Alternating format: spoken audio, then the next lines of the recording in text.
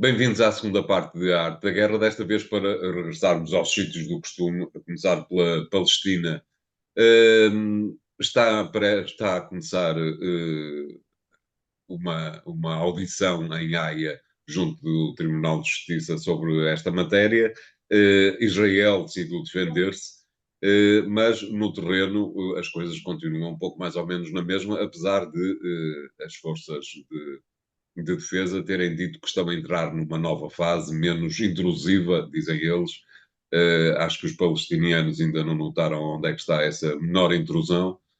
Como é que têm observado o andamento da guerra na Palestina, embaixador? De facto, os palestinos não têm visto que essa autocontenção israelita tenha sido muito evidente, em particular os 22.000 que já morreram entretanto. Eh, e que comparam, volto sempre a dizer, com os 1.147 que morreram no ataque do Hamas a Israel. Eh, e vale a pena dizer que este equilíbrio tem-se vindo a manter nestes 3 meses, e já passaram, entretanto, 3 meses, é impressionante olhar para isto, eh, com os Estados Unidos num papel que, ao mesmo tempo, procura ser construtivo, sem deixar de ser apoiante quase incondicional, pelo menos naquilo que é público, de Israel. Eh, Neste momento, a grande questão que está em saber o que é que vai acontecer àquele território, o que é que vai acontecer àquela gente. Aquele território é território palestino, ninguém põe em dúvida isso, exceto Israel, enfim, em alguns comentários de alguns titulares de órgãos públicos, e põe-se em saber o que é que vai acontecer ali. Aquilo está completamente destruído, praticamente em termos, estamos a falar de dezenas de milhares de habitações, é preciso reconstruir tudo aquilo. Quem é que vai pagar? Normalmente o que acontece é sempre a União Europeia que acaba por suportar uma grande fatura. Os americanos parecem estar a tentar que os países árabes, que alguns países árabes paguem aquela fatura. É estranho que não se peça, de facto, a Israel nenhuma contribuição de natureza financeira para algo que ajudou não, foi objeto da própria destruição. Porque a destruição das estruturas do Hamas é algo que aparentemente sem limite, pela simples razão de que, sendo aquele território um território dominado politicamente pelo Hamas e militarmente pelo Hamas, todo o território, na realidade, é, digamos, objeto da ação militar.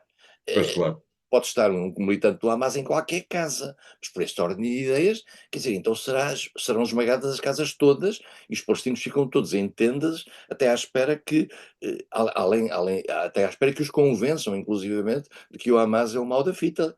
E muitos palestinos não pensam isso. E mais do que isso, eu acho que no futuro muitos mais palestinos não vão pensar isso, pela Claro. simples razão de que o modo como Israel interveio na faixa de Gaza aumentou e potenciou o ódio. Não se percebe bem o que é que vai acontecer. Noto da parte das Nações Unidas uma certa ausência, no plano institucional. Isto é, eh, o futuro da Palestina quer da faixa de Gaza, quer da Cisjordânia, está nas mãos da comunidade internacional, mas não dos Estados Unidos.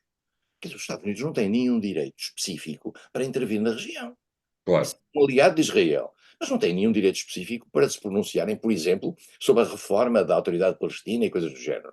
Mas não é isso, não há nenhuma ordem divina que dê aos Estados Unidos essa capacidade, a não ser a força. Se é por aí, tudo bem. Agora, a comunidade internacional tem uma responsabilidade relativamente a Gaza e tem uma responsabilidade relativamente ao futuro dos palestinos. Em primeiro lugar, tem a responsabilidade de não os deixar sair dali, que é o que grande parte de Israel quer, é tirá-los dali. Já aqui falámos várias vezes de que esse tem sido o destino dos palestinos desde 1948 e fazer isso agora outra vez seria, digamos, uma profunda injustiça relativamente a um povo que tem 7 décadas e tal de perseguição ali. E, portanto, tem que se encontrar uma solução ali. A terra é deles. Gaza é deles, a Cisjordânia é deles, embora lá estejam cerca de 700 e tal mil colonos contra as resoluções das Nações Unidas. E, portanto, vamos ver o que é que vai acontecer, vamos ver como é que a comunidade internacional se move. Vai haver agora uma missão das Nações Unidas a Gaza, uma, no fundo, aquilo, o chamado fact-finding mission, uma missão que vai ver os factos. Israel autorizou a ida dessa missão, autorizou, vale a pena dizer, Gaza não é um território israelita, Gaza é um território palestino e não há soberania nenhuma de Israel sobre Gaza. E, portanto, vai lá uma missão das Nações Unidas, o resultado dessa missão vai ser depois apreciado nas Nações Unidas, e nós não temos a mais pequena dúvida de que uma missão das Nações Unidas à região vai chegar à conclusão de que estamos perante um quadro de catástrofe, nomeadamente em matéria humanitária e nomeadamente em matéria imobiliário, digamos, e tudo o resto que eram as estruturas de Gaza. Gaza era não era uma cidade, Gaza eram várias cidades coladas entre si. Quem conhecer a zona de Lisboa conhece, são cidades umas a seguir às outras, eh, e, e, eh, e que foram completamente destruídas. Onde viviam 2,5 milhões de pessoas, ou 2,3 milhões de pessoas. E essas cidades têm agora que ser reconstruídas, essas pessoas têm que viver ali. Poder-se-á dizer, mas porquê é que eles não vão viver para países árabes? Porque aquela terra é deles, porque foi ali que nasceram, e que foram ali que nasceram os avós deles. E é uma cidade até com uma história até interessante. Gaza City era uma cidade com uma história interessante, com uma arquitetura que eu não diria que era muito interessante. Eu passei-me por lá aqui há uns anos e não era propriamente uma coisa muito interessante, mas era onde viviam as pessoas, e era onde estavam as escolas, e onde estavam os hospitais, e etc. O facto de Gaza ter sido tomada pelo Hamas não dá a Israel o direito de destruir a vida a todas aquelas gentes numa espécie de punição coletiva.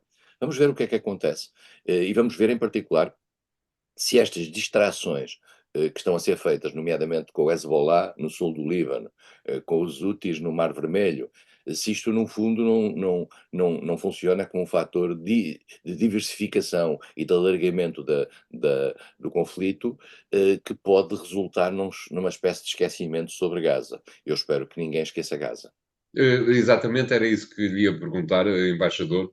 Eh, por um lado, pergunto-lhe se lhe parece que o conflito está em pontos de alargar-se, e alargar-se, obviamente, numa primeira instância ao Líbano, mas quem sabe depois à Síria e também ao Irão.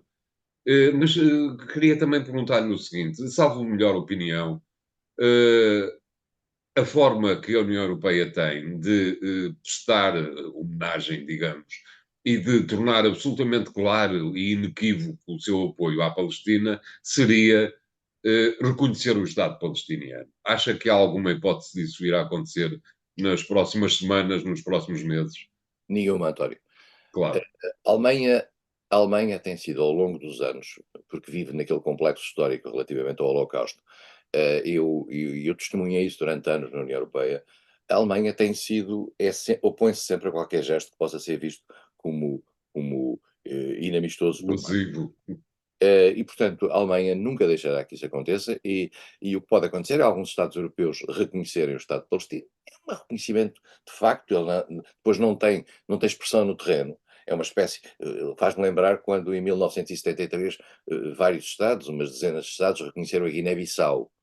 E a Guiné-Bissau não tinha expressão no terreno em termos militares, mas não tinha soberania no terreno, não tinha capacidade de exercício dessa mesma Mas soberania. exatamente, se me permite interrompê-lo, embaixador, isso foi absolutamente fundamental em 1973, desde logo porque a ONU tomou posições relativamente à matéria e, portanto, apesar do reconhecimento reduzido em termos de números de países que o fizeram, foi, em termos estratégicos, diria eu, absolutamente fundamental. Exatamente o que poderia acontecer neste momento com a Palestina.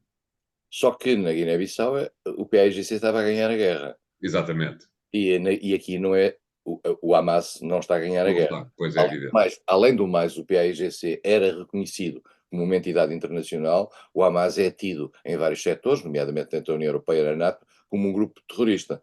E por outro lado, a autoridade palestina, a tal outra autoridade que é reconhecida internacionalmente, está hoje extremamente enfraquecida por uma ação, digamos, cumulativa, quer por parte de Israel, quer por parte da própria Hamas, no fundo, que a destruiu. E, portanto, hoje em dia o interlocutor palestino é muito frágil. E por isso mesmo, eu devo dizer uma coisa, eu acho que esta questão dos dois Estados, faz sempre parte do mantra discursivo relativamente à Palestina, É uma maneira da gente lavar as mãos e de ficar sossegado. Nós somos a favor dos 2 Estados. Então o que é que vocês têm feito para efeitos dos 2 Estados? Exatamente, é essa a questão. A fazer à França, à Alemanha, ao Reino Unido, aos Estados Unidos. Então digam lá o que é que nos últimos anos vocês fizeram para garantir a existência de um Estado palestino. Zero. Pagaram umas escolas. Zero. Pagaram umas escolas, vão pagando para a vida das pessoas. Porquê? Pela simples razão de que os lobbies judaicos internacionais fazem uma pressão junto dos países que impedem qualquer gesto que possa parecer constrangente relativamente a Israel. E, portanto, Certo, o discurso internacional que deveria ser o normal, que é dizer, Israel tem as suas fronteiras reconhecidas pelo direito internacional, as fronteiras que lhe são dadas pelas Nações Unidas. Estas fronteiras são invioláveis e os Estados comprometem-se a respeitar estas fronteiras e, mais do que isso, e a ajudar Israel a defender-se nestas fronteiras. Mas também é preciso ajudar os palestinos a defenderem-se de Israel. É porque esse é um aspecto que eu sei que soa mal aos ouvidos. Mas é preciso ajudar os palestinos a defenderem-se de incursões sucessivas de Israel. Pela simples razão de que Israel, por exemplo, na Cisjordânia, tem hoje ações de natureza militar de apoio aos colonatos que são ilegais, feitos pelas forças policiais e militares de Israel. Se ninguém joga a favor dos palestinos que ali estão, qual é a moralidade que o mundo ocidental tem de defender a causa palestina? Quer dizer, acho uma coisa sem sentido. Agora, há uma coisa que é evidente: o mundo ocidental tem que perceber que tem que garantir a existência do Estado de Israel, tem que garantir a segurança de Israel. Mas essa garantia não é superior, em termos de importância, à importância de garantir a segurança da vida dos palestinos. claro. Eh, Voltando a 73, não sei se em 73 ou em 72, recordo que o Vaticano chegou a receber, o Papa Paulo VI chegou a receber no Vaticano uma série de dirigentes considerados terroristas na altura. Marcelino dos Santos Eh, pela Frelimo, Amílcar Cabral pelo PAIGC e Agostinho Neto pelo MPLA. Exato, perigosos terroristas, como são com certeza os palestinianos que vivem em Gaza e também na Cisjordânia. Vamos fazer aqui o segundo intervalo do programa de hoje. Voltamos já de seguida com o último tema e até lá.